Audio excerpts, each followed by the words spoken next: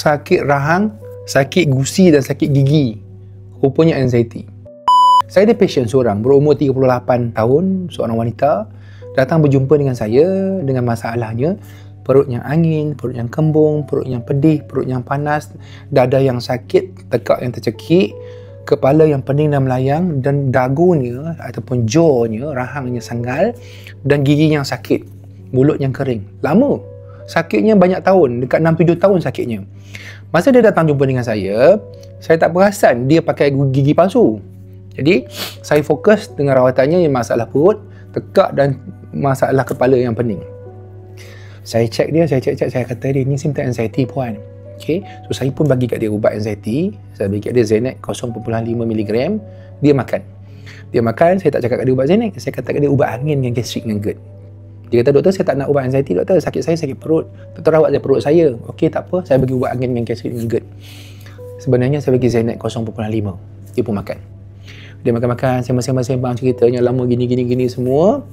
Lepas tu lebih kurang dalam 15 minit, pedih perut hilang, panas hilang, senak hilang, kembung hilang. Lepas tu lepas 20 minit, dada dah tak panas dah.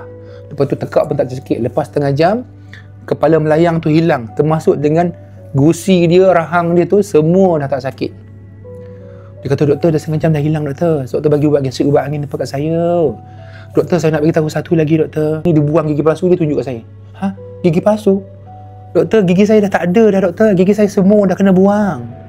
Saya nak tunjuk kat doktor, doktor bagi ubat apa? Ubat angin apa kat saya? Gigi saya dah tak sakit. Gigi saya dah tak sengal. Gusi saya dah tak sakit dah, doktor. Gigi saya dulu ada. Saya sakit gigi, sakit gusi, sakit rahang. Saya jumpa doktor, doktor gigi jumpa tengok saya. Dia kata gigi saya tak rosak, doktor. Tapi saya sakit, doktor. Dia bagi ubat sakit tak hilang. Cabut daripada gigi bongsu, cabut sikit, masih sakit, cabut sakit. Last kali gigi saya dah tak ada, doktor. Gigi saya dah habis rongok. Saya ni dah jadi nenek lah. Umur saya baru 30 lebih, saya dah jadi nenek terpaksa pakai gigi palsu. Yang saya sakit hatinya, doktor. Yang saya sedihnya, doktor. Gigi saya semua tertanggal, tapi sakitnya tak hilang-hilang. Doktor gigi garuk kepala. Dia kata nak cabut apa lagi, dah tak ada gigi dah. Dia pun tak faham kenapa sakit. Hari ni saya nak cakap ke doktor, doktor bagi ubat angin kat saya, semua ni dah hilang, doktor. Saya makan ubat tak sakit pun tak hilang. Doktor bagi ubat apa kat saya, doktor? Dah baik dah gigi saya, gusi saya, doktor. Saya pun nak terkejut. Saya tak bagi ubat gigi puan.